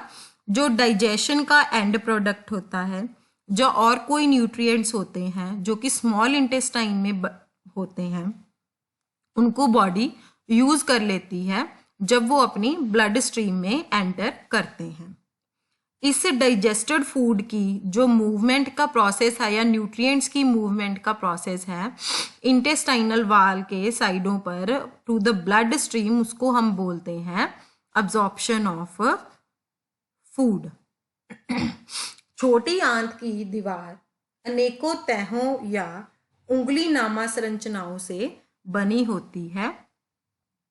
फोल्ड और फिंगर लाइक प्रोजेक्शन जैसे कि विलाई से बनी होती है, ठीक है। इसी जो विलाई है इसके कारण छोटी आंत की सतह बढ़ जाती है और अवशोषण काफी मात्रा में संभव हो पाता है। अधिकांश सरल इकाइयों का जो अवशोषण है वो छोटी आंत के ऊपरी भाग में होता है, परंतु कुछ का अवशोषण छोटी आंत के निचले भाग में भी होता है। 4.2 ये जो चित्र है इसमें डाइजेशन और अब्जॉर्प्शन की प्रक्रिया को इसकी समरी बताई गई है।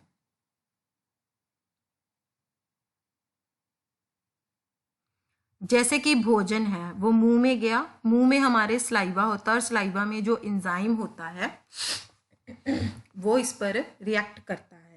इस मुंह में जाकर क्या होता है कि जब हम च्यू करते हैं फूड तो साइज में रिड्यूस हो जाता है, ठीक है। जो स्टार्ची फूड्स होते हैं वो पार्शली यहाँ पर डाइजेस्ट हो भी जाते हैं। इसके बाद भोजन जाता है स्टमक में। स्टमक में क्या होता है, गैस्ट्रिक जूस अवेलेबल होता है।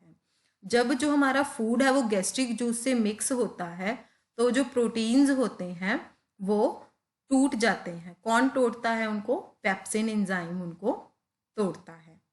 इसके बाद जो फूड है वो स्मॉल इंटेस्टाइन में चला जाता है। स्मॉल इंटेस्टाइन में क्या क्या अवेलेबल होता है, पैनक्रियाटिक जूस, बाइल और इंटेस्टाइनल जूस इसमें होते हैं। इसमें जाकर फूड का क्या होता है, जो स्टार्च होता है वो ग्लूकोज और ग्लूकोज में टूट जाता है, जो प्रोटीन्स होते हैं वो अमाइनो एसिड्स में कंप्लीटली टूट जाते हैं, कन्वर्ट हो जाते हैं, जो फैट्स हैं वो स्मॉलर यूनिट्स में कन्वर्ट हो जाते हैं, और जो इसका मतलब ये है कि जो स्टार्च, प्रोटीन और फैट्स हैं वो सारे न्यूट्रिएंट्स अब्जॉर्ब हो गए हैं। इसके बाद फूड जाता है लार्ज इंटेस्टाइन में। लार्ज इंटेस्टाइन में क्या होता है, पानी जो होता है यहाँ पर आके वो अब्जॉर्ब हो जाता है। बाकी जो स्मॉल इंटेस्टाइन में फूड अब्जॉर्ब नहीं होता, वो डाइजेस्ट नहीं होता, वो यहाँ पर आ जाता है, ठीक है, जैसे कि सेलुलोज। उसके बाद वो सीधा, या कोई और फाइबर्स होते हैं वो आते हैं, और उसके बाद वो सीधा बाहर शरीर से निकल जाते हैं।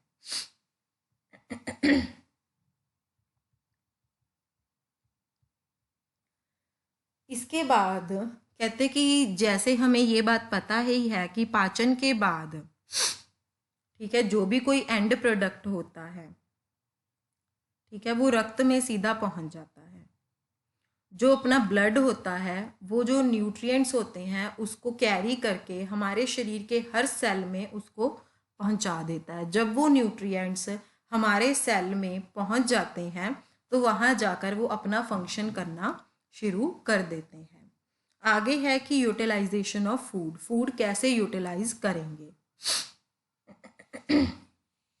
हम अपने फूड को यूटिलाइज करेंगे किसी भी स्पेसिफिक फंक्शन को परफॉर्म करने के लिए, जो कि हमारा अवशोषित हुआ एंड प्रोडक्ट होता है या न्यूट्रिएंट्स फूड से हमें मिलते हैं, वो आगे फर्दर केमिकल चेंजेस के अंडर जाते हैं। वहाँ पर वो क्या होता है, वो वहाँ पर टूटकर या तो एनर्जी रिलीज करते हैं, ठीक है, या फिर ज़्यादा कम्प्लेक्स सब्सटेंसेस बना लेते हैं। We use a certain term to refer these process. हम इस प्रोसेस को रेफर करने के लिए एक टर्म यूज करते हैं, उसका नाम है मेटाबॉलिज्म। ये एक बहुत आम टर्म है। इसका मतलब है कि जितनी भी सारी केमिकल चेंजेस हैं जो कि सेल्स में होती हैं, डाइजेशन के एंड प्रोडक्ट के बाद वो सारी अब्जॉर्ब हो जाती हैं, ठीक है। जैसे कि हमें पता है कि ये दो तरह की होती हैं, break down of complex substances into simpler ones and manufacture of some complex substances into simple ones. पहला ब्रेक डाउन होती है कम्प्लेक्स से सिंपल में, फिर मैन्युफैक्चरिंग भी होती है कम्प्लेक्स से सिम्टम्स में। आगे है कार्बोहाइड्रेट्स। कार्बोहाइड्रेट्स दो तरह की होती है, available carbohydrates and non available carbohydrates. ये हम पहले भी पढ़ चुके हैं कि अवेलेबल कार्बोहाइड्रेट कौन सी होती है और नॉन अवेलेबल कार्बोहाइड्रेट कौन सी होती है। जो कार्बोहाइड्रेट होती है वो मेनली प्लांट फूड्स में अवेलेबल होती है।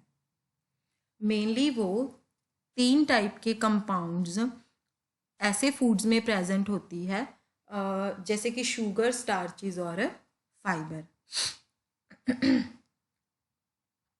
ये जो शुगर, स्टार्चेस और फाइबर हैं, हम इनको available and non available carbohydrate में डिवाइड करते हैं। जो कार्बोहाइड्रेट्स हैं जैसे कि शुगर और स्टार्चेस, ये हमारे डाइजेस्टिव ट्रैक्ट में डाइजेस्टेबल होती हैं, ठीक है, और हमारे शरीर को अवेलेबल होती हैं फंक्शनिंग के लिए। ऐसी कार्बोहाइड्रेट को बोलते हैं अवेलेबल कार्बोहाइड्रेट्स। जो फाइबर्स होते हैं वो इनडाइजेस्टेबल होते हैं, जैसे कि सेलुलोज, और ये हमारी बॉडी में भी डाइजेस्ट नहीं होते डाइजेस्टिव ट्रैक्ट में, तो इसको बोलते हैं नॉन अवेलेबल कार्बोहाइड्रेट्स। अब ये अवेलेबल कार्बोहाइड्रेट्स के फूड सोर्सेज क्या हैं और इनके फंक्शंस क्या हैं, ये हम पहले पढ़ चुके हैं। अब हम पढ़ेंगे नॉन अवेलेबल कार्बोहाइड्रेट्स के बारे में। हमारी जो पहले की क्लासेस हैं हम उसमें अवेलेबल कार्बोहाइड्रेट का पढ़ चुके हैं। अब हम पढ़ते हैं कि नॉन अवेलेबल कार्बोहाइड्रेट्स क्या होते हैं। हम पहले पढ़ चुके हैं कि फाइबर जो कि नॉन अवेलेबल कार्बोहाइड्रेट होता है, फाइबर और कुछ नहीं है, ये एक नॉन अवेलेबल कार्बोहाइड्रेट है। कहते हैं कि जो फाइबर है क्या ये एक न्यूट्रिएंट होता है और ये हमारी बॉडी में क्या रोल प्ले करता है। ठीक है, हम इन सारे क्वेश्चंस के आंसर देखते हैं। जैसे कि फाइबर हमें पता है कि हमारी बॉडी में इनडाइजेस्टेबल कार्बोहाइड्रेट जैसे कि सेलुलोज जो कि प्लांट फूड्स में प्रेजेंट होता है उसको हम फाइबर बोलते हैं। ये जो इनडाइजेस्टेबल कार्बोहाइड्रेट्स होते हैं या फूड के कंपोनेंट होते हैं ये हमारी बॉडी को अवेलेबल नहीं होते, पर फिर भी ये हमारी बॉडी के प्रोसेस को रेगुलेट करने के लिए बहुत ज़्यादा इम्पॉर्टेंट रोल प्ले करते हैं। इसी का मतलब है कि हम इसको रेगुलेटरी सब्सटेंसेस बोलते हैं। नॉन अवेलेबल कार्बोहाइड्रेट के क्या फंक्शन है? पहले है सेटाइटी वैल्यू। सेटाइटी वैल्यू मतलब कि भूख को शांत करना। जो फाइबर होता है वो हमारी बॉडी में केमिकली टूट नहीं सकता, ठीक है, पर जब हमारे डाइजेस्टिव ट्रैक्ट में क्या होता है, जो फाइबर के थोड़े से कंपोनेंट्स होते हैं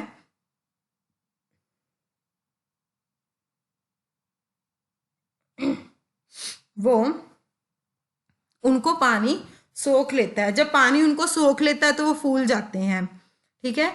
वो जो फूड होता है, जो फूड रेजिड्यूज बचे हुए होते हैं वो उनको काफ़ी हैवी यानी कि बल्कि बना देता है, जिससे कि हमें भूख कम लगती है या ऐसे लगता है कि हमारा पेट भरा हुआ है, ठीक है। नेक्स्ट है एलिमिनेशन। जो फाइबर है वो अनअब्जॉर्ब्ड जो फूड होता है, ठीक है, जो फूड को अवशोषित नहीं हुआ होता, ठीक है, वो उसको आसान तरीके से बाहर निकालने में हेल्प करता है।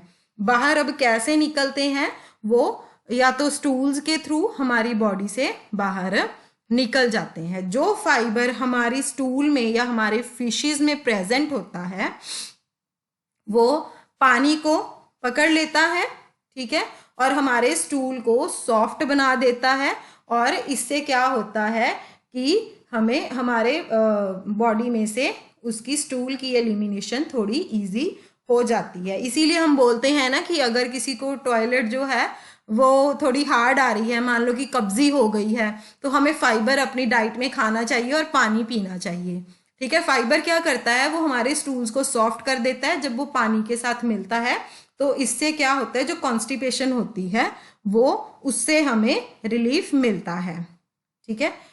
ये जो हम पहले पढ़ चुके हैं वही इन्होंने आगे बोला हुआ है। अब कौन कौन से फाइबर के सोर्सेज हैं? होल सीरियल्स, पल्सेस जो उसके साथ छिलके के साथ होते हैं, और vegetables. Prevention of diseases like cancer, diabetes and heart disease. जो फाइबर है वो और भी बहुत सारे डिजीजेस की प्रिवेंशन में एक महत्वपूर्ण रोल अदा करता है, जैसे कि हार्ट डिजीज, डायबिटीज और cancer of the large intestine के कैंसर को भी प्रिवेंट करने में हेल्प करता है। अब फूड सोर्सेज क्या क्या है? फाइबर किस में प्रेजेंट होता है? सीरियल और पल्स के बाहर की कवरिंग में प्रेजेंट होता है, जो बाहर की सतह होती है उसमें प्रेजेंट होता है। Whole grain, whole wheat flour या होल पल्सेस जैसे कि काली दाल हो गई है, राजमा, लोबिया, जिसमें कि बहुत ज़्यादा मात्रा में फाइबर अवेलेबल होता है। जैसे कि मैदा हो गया, सूजी होगी या बिना छिलके की दाल होगी, उसमें फाइबर ज़्यादा मात्रा में नहीं होता है। अब हम होल सीरियल और रिफाइंड सीरियल का क्या मतलब है, ठीक है। देखो जो स्ट्रक्चर है सारे ग्रेन्स का वो ऑलमोस्ट सेम होता है। कैसे? जो बाहर का पार्ट है उसको ब्रैन बोलते हैं, ये पार्ट को हम बोलते हैं एंडोस्पर्म और इसको बोलते हैं हम जर्म, ठीक है। थ्री मेन पार्ट हो गए हैं ना। जो आउटर कवरिंग है उसको हम बोलते हैं ब्रैन, ठीक है। जो जर्म है इसको हम एम्ब्रो भी बोलते हैं। ये पार्ट क्या करता है, एक नए प्लांट में ग्रो होता है। अब एंडोस्पर्म क्या होता है, ये फूड को स्टोर कर लेता है ताकि एक नए एम्ब्रो को ग्रो किया जा सके। ठीक है, जो ग्रेन की बाहर की कवरिंग होती है उसको हम बोलते हैं होल ग्रेन सीरियल। ठीक है, जैसे कि होल व्हीट को जब हम मशीन में पीस लेते हैं तो वो आटा बन जाती है। ठीक है, जो ज़्यादातर ब्रैन होता है वो इसमें रहता है होल व्हीट फ्लावर में। जो आटा या होल व्हीट फ्लावर है उसको हम होल सीरियल प्रोडक्ट भी बोलते हैं। मैदा और जो सूजी है that is produced by further cleaning और रिफाइनिंग। ठीक है, वो क्या होता है, जो ब्रैन के कोर्स पार्टिकल्स होते हैं या जर्म के कोर्स पार्टिकल्स होते हैं उनको रिमूव करके मैदा या सूजी बनती है, उसको हम बोलते हैं रिफाइंड सीरियल्स। जो फाइबर होता है वो बहुत सारी वेजिटेबल और फ्रूट्स के सीड्स में और उनकी बाहर की स्किन में भी प्रेजेंट होता है, पर बहुत सारे फ्रूट्स और वेजिटेबल्स होते हैं जो कि फाइबर में रिच भी होते हैं, यानी कि उनके अंदर भी फाइबर होता है, जैसे कि lotus stem, green leafy vegetables, lady finger, peas, beans, brinjal, guava, grapes, oranges and amla. बहुत सारे एनिमल फूड्स हैं जैसे कि milk products, meat, fish and poultry, इनमें फाइबर बिल्कुल भी नहीं होता है। अब नेक्स्ट है वाटर, पानी। पानी का हमारी जिंदगी में बहुत ही महत्वपूर्ण रोल है। एक इंसान खाना खाए बिना सरवाइव कर सकता है काफ़ी हफ्तों के लिए, पर पानी के बिना वो सरवाइव नहीं कर सकता है। पहले फूड को भी वाटर को भी एज अ फूड ही लिया जाता था। क्योंकि जो वाटर है हम उसको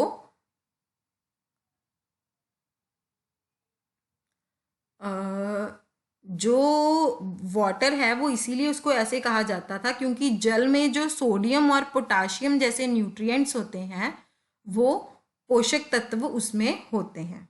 इसीलिए आगे हैं कि वाटर के फंक्शंस क्या हैं, वाटर हमारी बॉडी में क्या रोल प्ले करता है।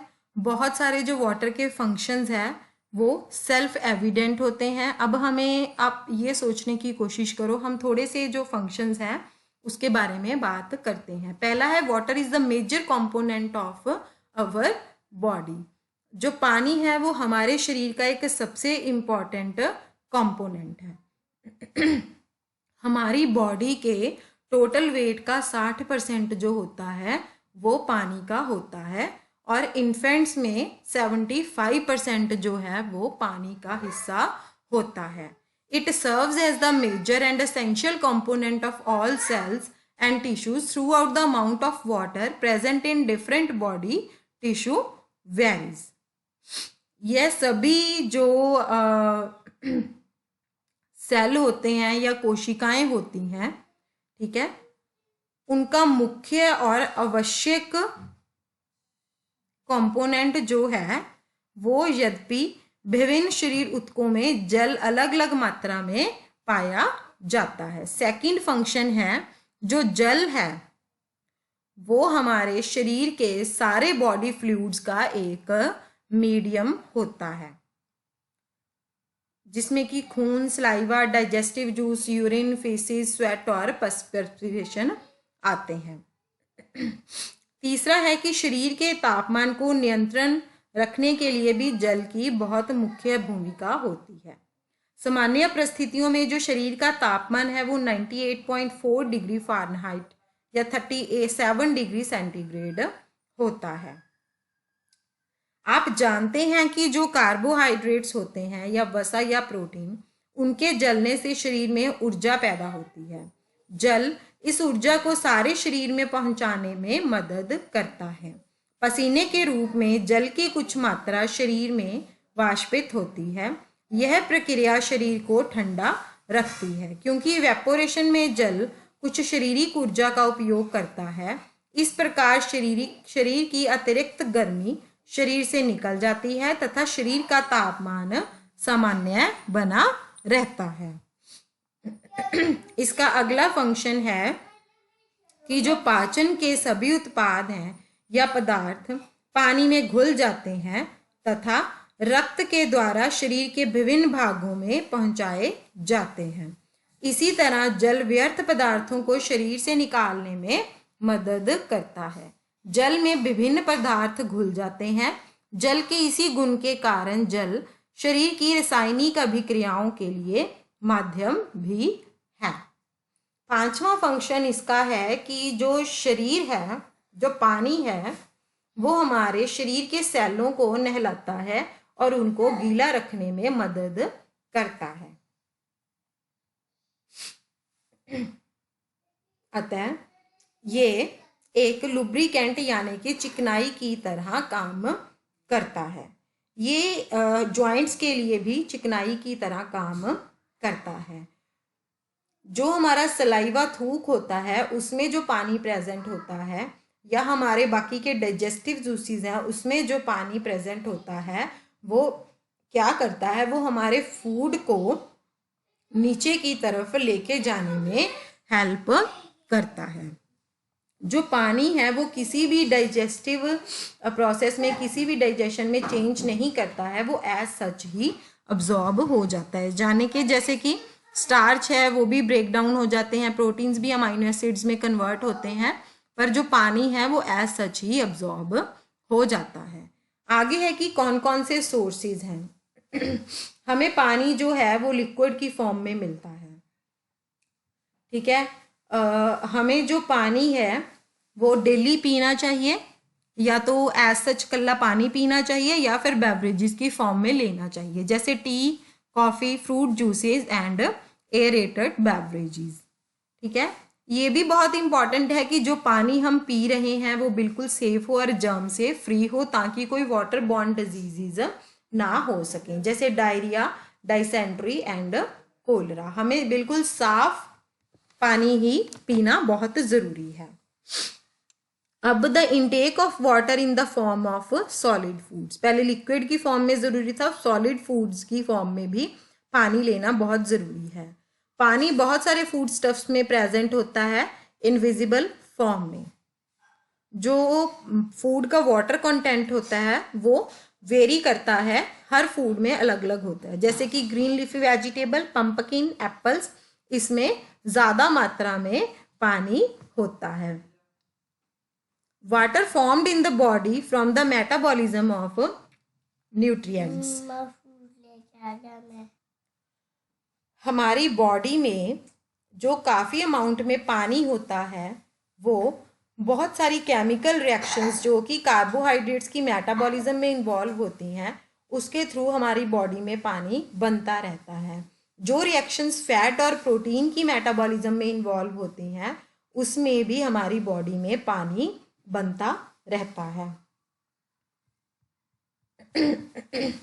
नेक्स्ट है वाटर बैलेंस। वाटर बैलेंस अब क्या है? जल का संतुलन। हमारे शरीर को डिफरेंट डिफरेंट क्रियाएं करने के लिए जल का प्रयोग करना पड़ता है। हमारी बॉडी से बहुत सारी मात्रा जो पानी की होती है वो निकल जाती है किडनी, स्किन, लंग्स और डाइजेस्टिव ट्रैक्ट के थ्रू। जो थोड़ी सी इंपॉर्टेंट फॉर्म होती है पानी की वो हमारी बॉडी से स्किन के थ्रू, स्वेटिंग के थ्रू निकल जाती है, पसीने के थ्रू निकल जाती है, किडनी से यूरिन के थ्रू निकल जाती है, और थोड़ी सी फॉर्म जो पानी की है वो डाइजेस्टिव ट्रैक्ट के में से सलाइवा और फिशेस के थ्रू निकल जाती है। जो हवा जिसमें हम सांस लेते हैं लंग्स से, उसमें भी थोड़ी अमाउंट में पानी होता है। आमतौर पर जो बॉडी है वो बैलेंस को कैसे मेंटेन करती है पानी के इनटेक के बीच, जैसे कि इंजेशन और loss of water from the body, that is excretion. Ingestion और एक्सक्रीशन के बीच इसको हम बोलते हैं वाटर बैलेंस। वाटर बैलेंस क्या होता है मैं दोबारा रिपीट कर देती हूँ कि आम कंडीशंस में, सामान्य परिस्थितियों में एक जल ग्रहण किया हुआ है और एक जल बाहर निकालने वाला है, उसकी मात्रा में जब शरीर संतुलन बनाए रखता है उसको हम बोलते हैं वाटर बैलेंस। ये था हमारा ब्लॉक 2 का यूनिट 4, यानी कि ब्लॉक 2 में जो फर्स्ट यूनिट था वो था मैक्रोन्यूट्रिएंट, कार्बोहाइड्रेट्स एंड वाटर। अब है आपका second unit macronutrients, proteins and fats. सबसे पहले हम पढ़ेंगे प्रोटीन के बारे में, ठीक है।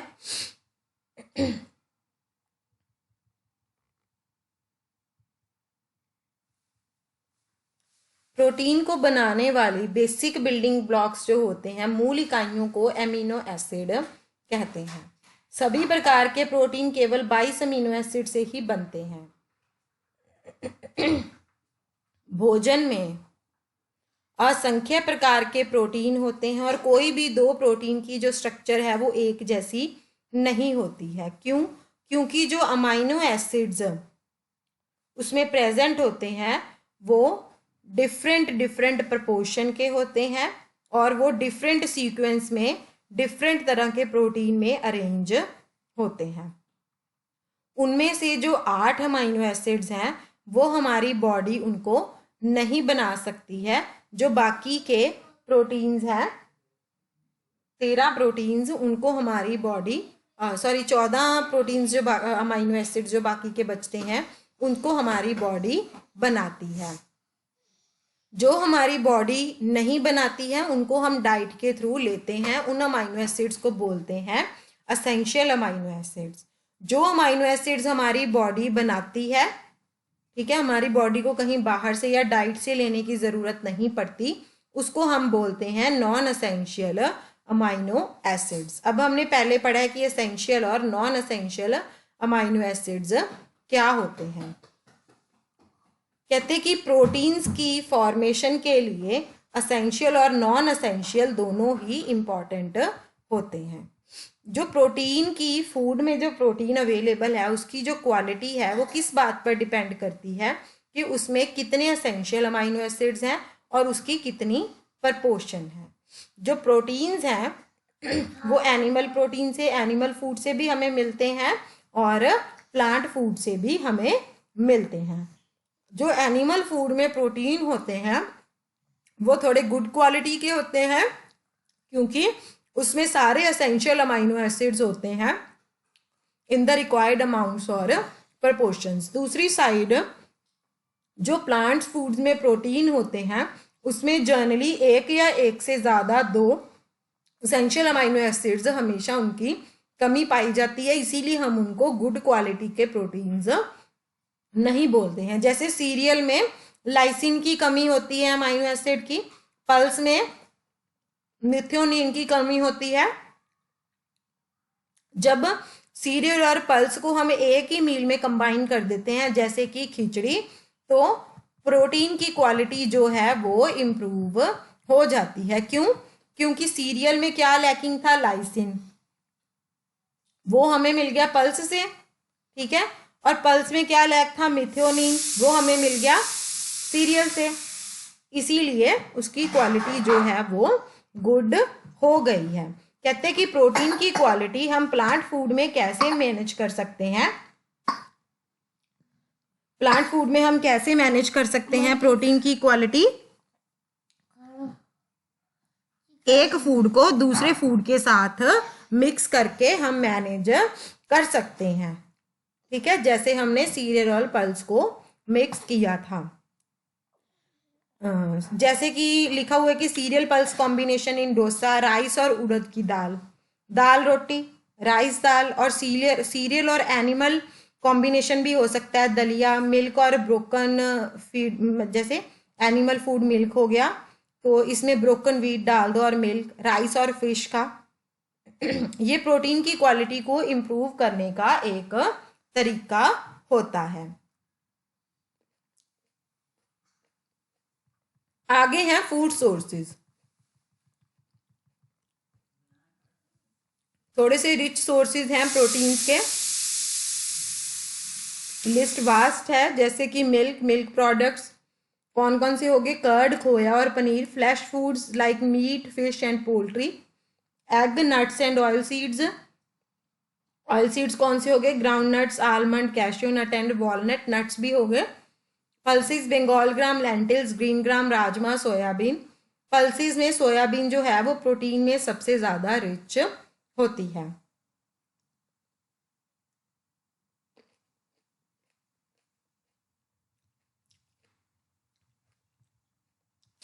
कहते हैं कि जो एनिमल ओरिजिन का फूड है जैसे कि मीट, फिश और पोल्ट्री वो थोड़े से कॉस्टली होते हैं। जो एनिमल फूड्स थोड़े से सस्ते होते हैं, ज़्यादा कॉस्टली नहीं होते हैं, पर प्लांट फूड्स के अकॉर्डिंगली फिर भी थोड़े से कॉस्टली होते हैं, जैसे कि मिल्क और एग्स।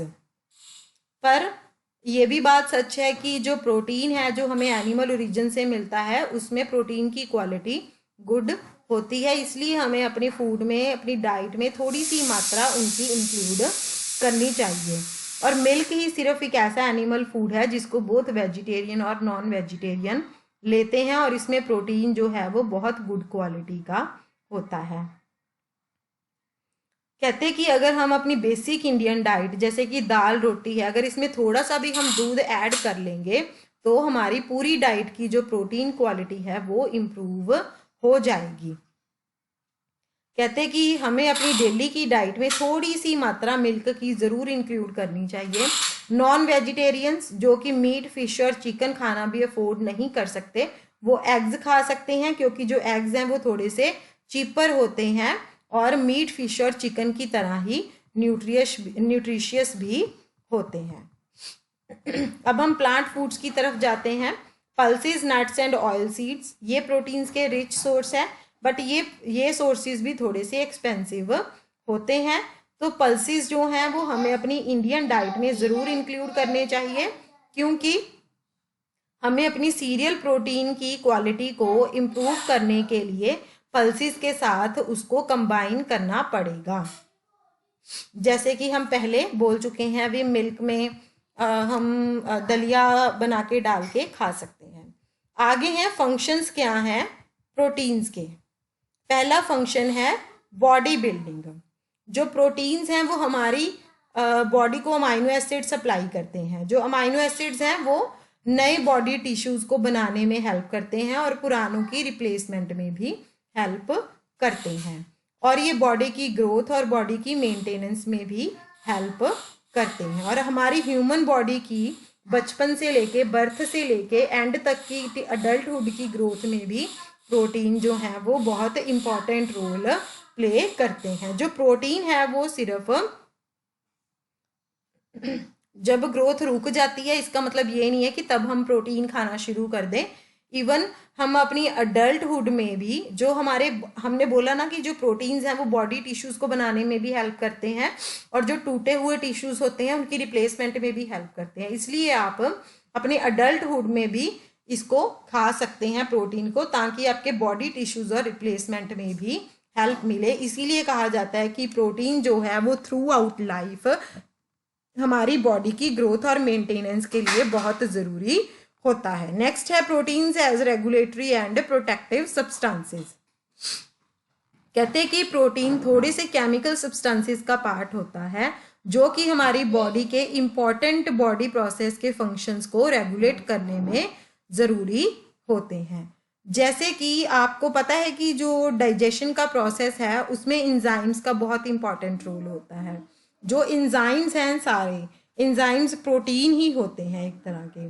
जैसे कि हार्मोन्स हैं जो वो एक केमिकल सब्सटेंसेस होते हैं, ठीक है, वो बॉडी की मेटाबॉलिज्म की रेगुलेशन के लिए बहुत इंपॉर्टेंट है और भी बॉडी प्रोसेस के लिए बहुत इंपॉर्टेंट होते हैं। जैसे कि इंसुलिन एक हार्मोन है, वो एक प्रोटीन है। जो एंटीबॉडीज हैं वो हमें बॉडी से जो हमें बीमारी से बचाती हैं, हमारी बॉडी को प्रोटेक्ट करती हैं, तो एंटीबॉडीज को भी हम प्रोटीन्स बोलते हैं। नेक्स्ट है proteins as careers.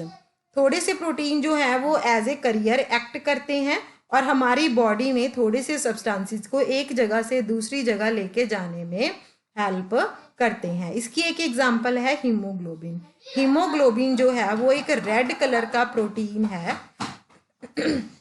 Red colour का प्रोटीन कंटेनिंग सब्सटेंस होता है जो कि ब्लड में प्रेजेंट होता है। हीमोग्लोबिन हमारी लंग से ऑक्सीजन को कैरी करता है और वो हमारी बॉडी टिश्यूज को जाके वो ऑक्सीजन देता है।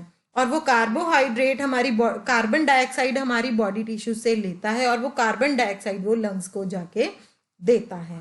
नेक्स्ट फंक्शन है एनर्जी गिविंग फंक्शन। जो प्रोटीन्स हैं वो हमारी बॉडी में जाकर टूट जाते हैं ताकि हमारी बॉडी को एनर्जी प्रोवाइड कर सकें।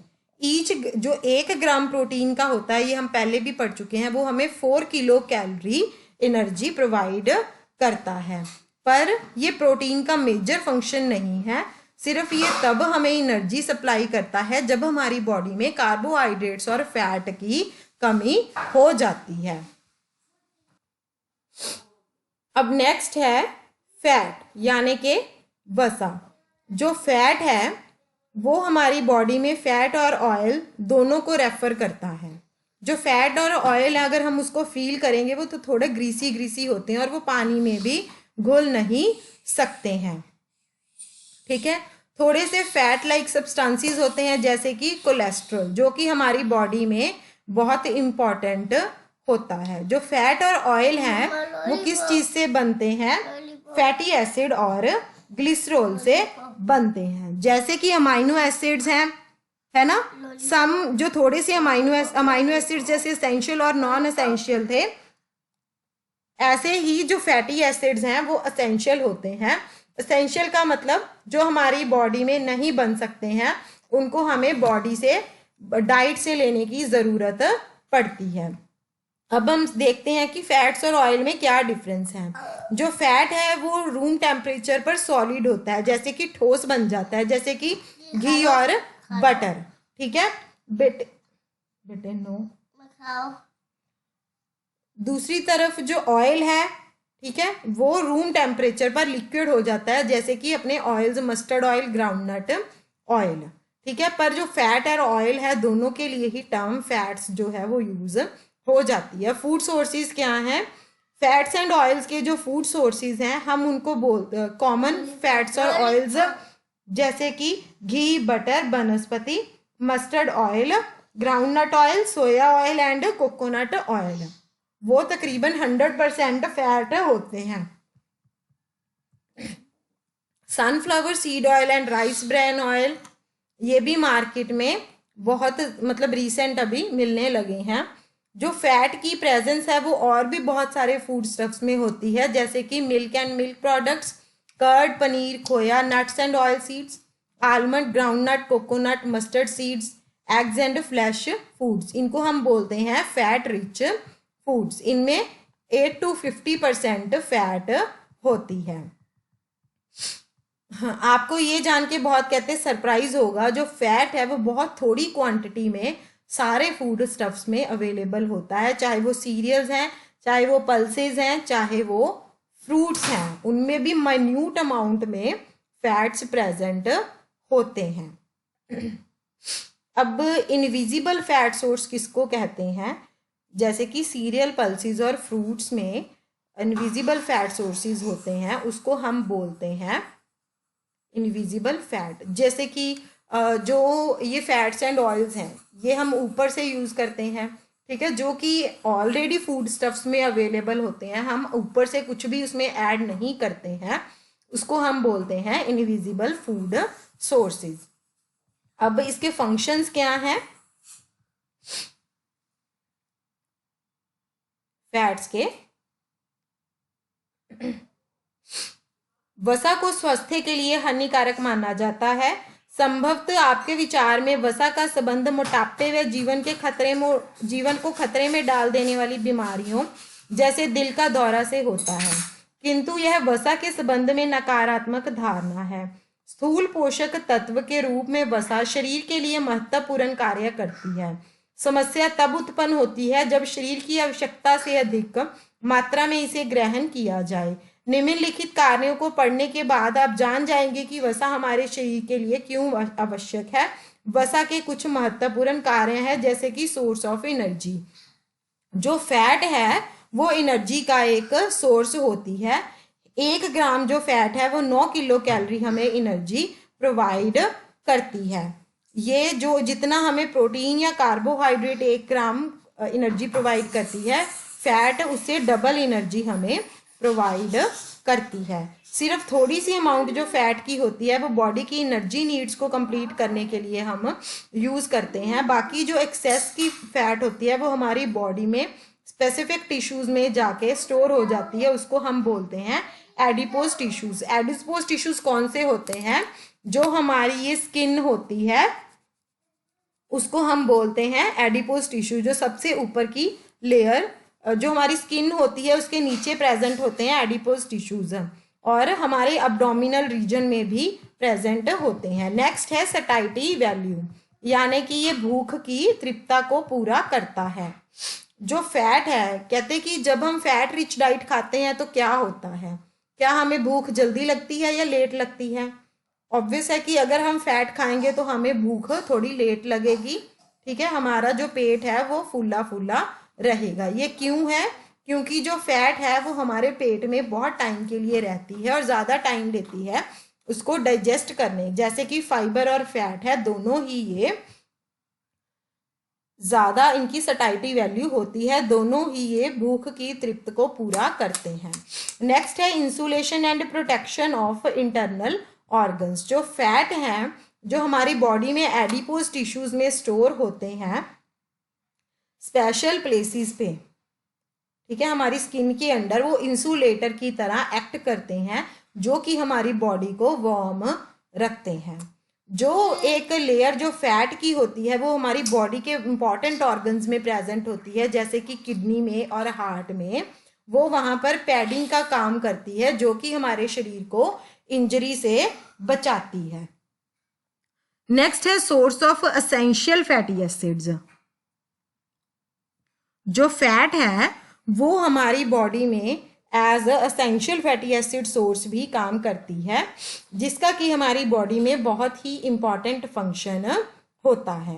नेक्स्ट है career of fat soluble vitamins.